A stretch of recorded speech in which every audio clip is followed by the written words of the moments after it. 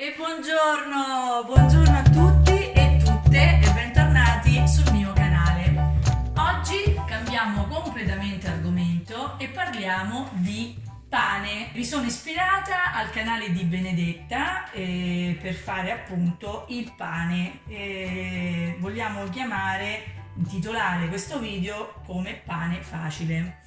In realtà lo è, perché se ci sono riuscita io sicuramente potete riuscire anche voi. Allora, prima di partire non dimenticate di mettere sempre un bel pollice all'insù, iscrivetevi al canale e se volete lasciate anche un commento, sicuramente vi risponderò.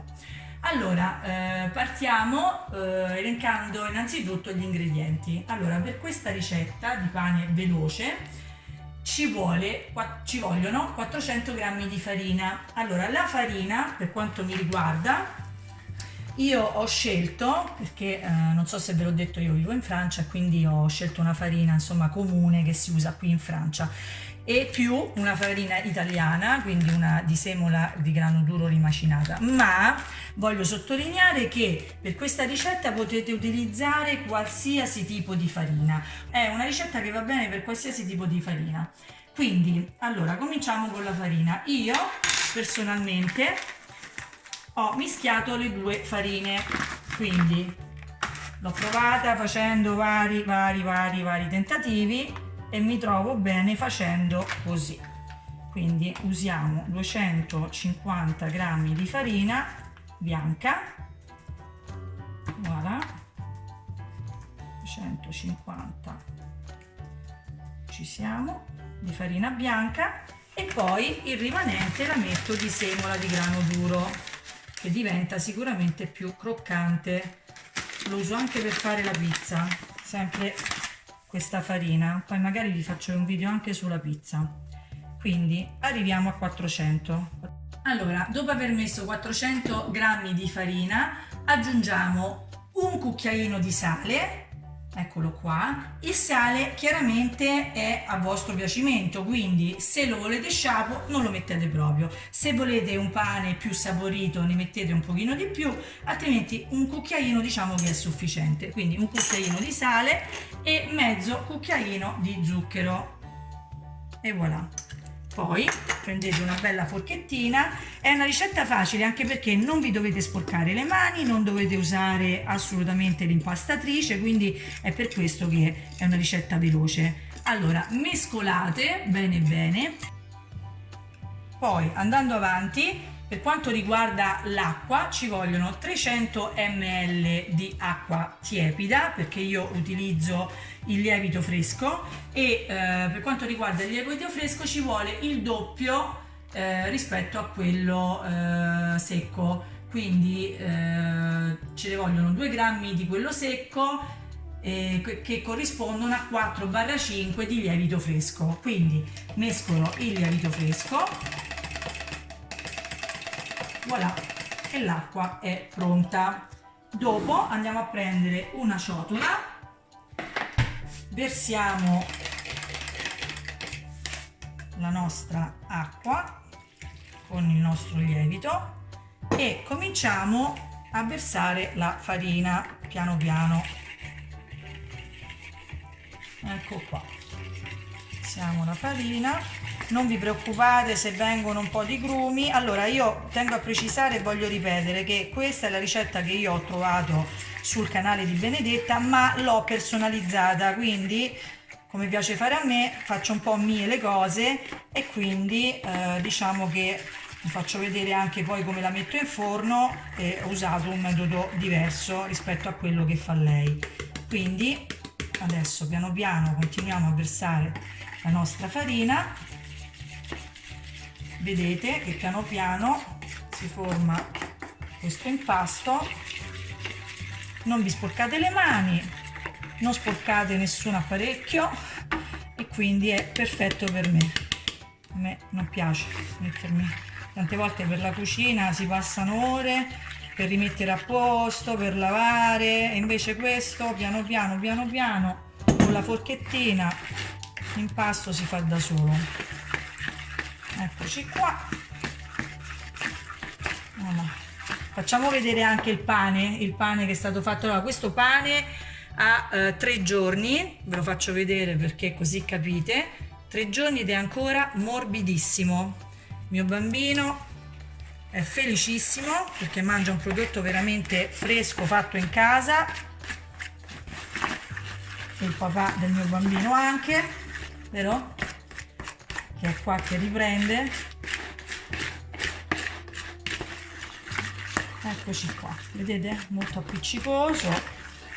Non vi preoccupate, come viene, non cambia nulla, anche perché poi con la lievitazione lenta in frigorifero si compatta e si fa da solo. Allora, sai che cosa possiamo fare? Da qui si vede proprio la genuinità del video fatto in casa. Voilà, lo travasiamo perché nella plastica proprio no, non funziona. È la prima volta che lo faccio nella plastica e infatti si vede. E voilà.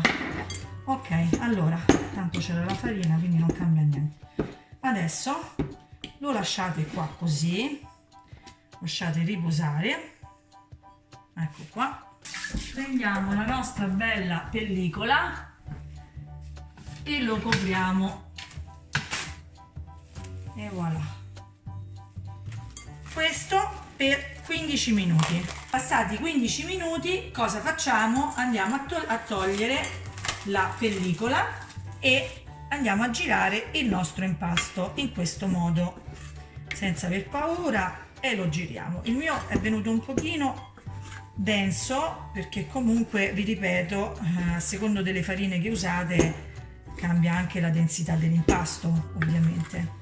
Voilà, comunque non abbiate paura, lo girate e poi voilà, lo ricoprite e questo lo fate per 3 volte totale.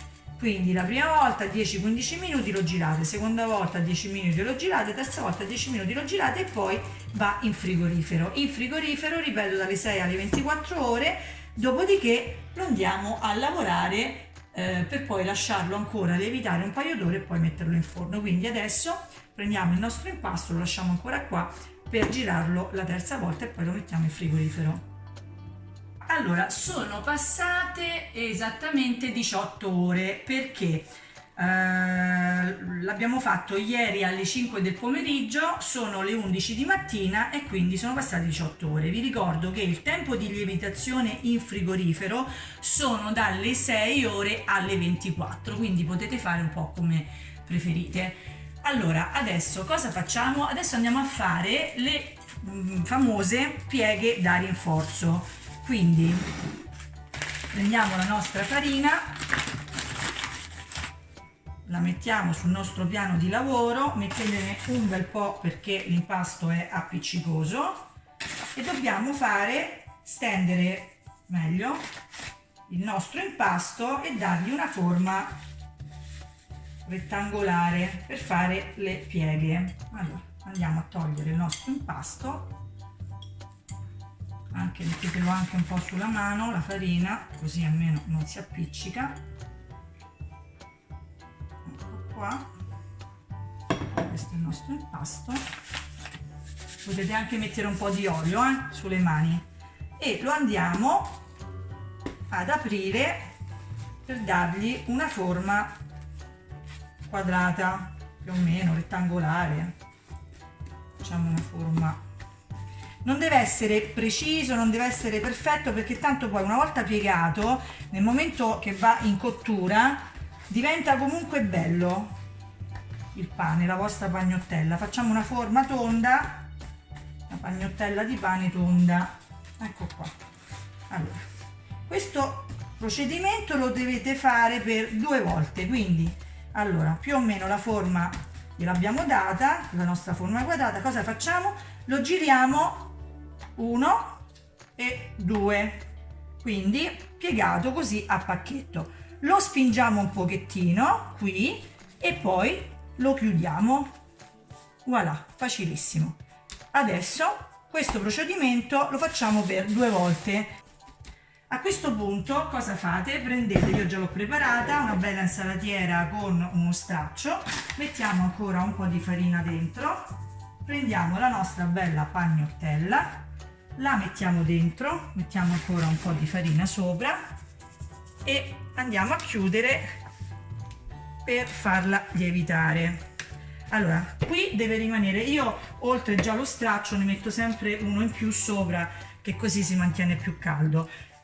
Qui dobbiamo lasciarlo per circa 2 ore, diciamo che potete lasciarlo da un minimo di 1 ora e mezza fino a un massimo di 3 ore. Dobbiamo aspettare che l'impasto cresca almeno del doppio. Siamo arrivati all'ultimo passaggio, quindi sono passate esattamente 2 ore dal momento in cui l'ho messo a lievitare.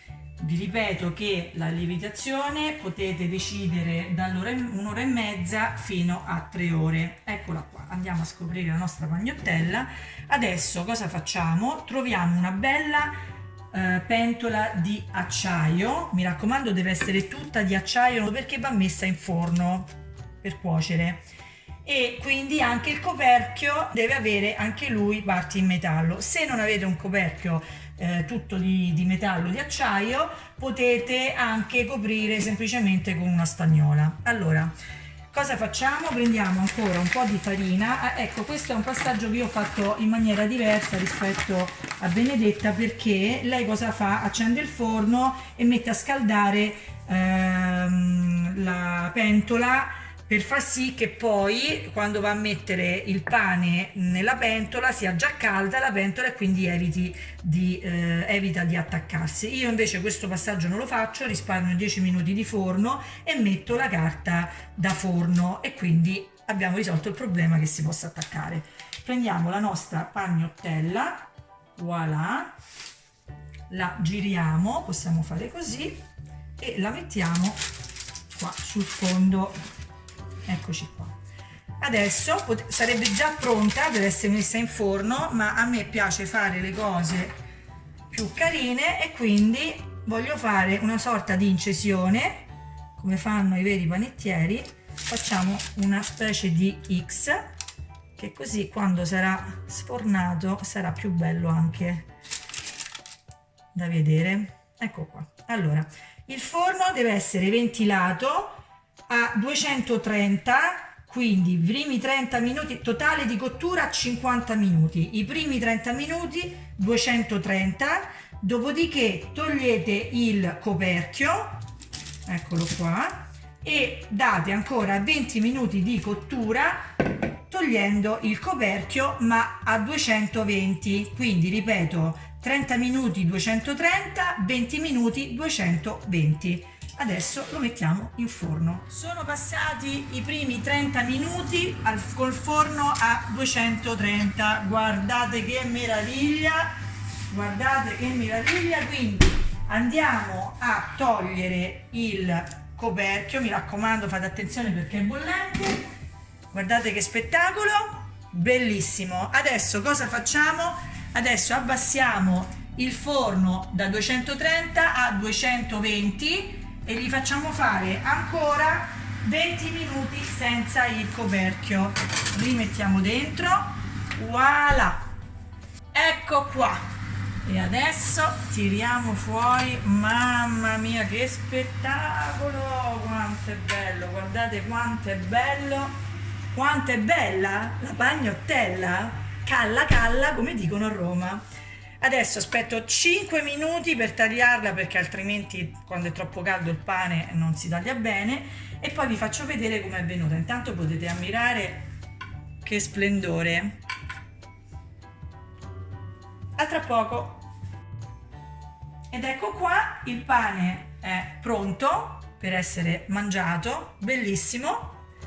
E cosa aggiungere ancora? Non vi rimane altro che salutarvi e al prossimo video, e ancora buon appetito!